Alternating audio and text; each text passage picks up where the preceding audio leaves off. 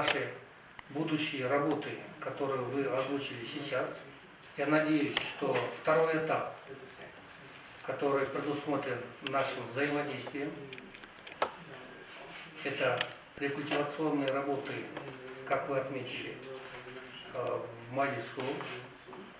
Она также будет очень эффективна и будет осуществляться под непосредственным контролем с вашей стороны, Европейского Союза, так и с нашей стороны.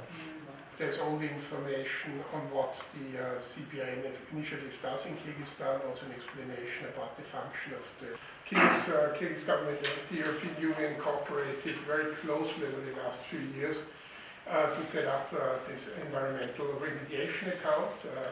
И правительство Кыргызстана и Россия в последние годы очень проводили обширное сотрудничество, чтобы установить счет по рекультивации урановых хвостохранилищ.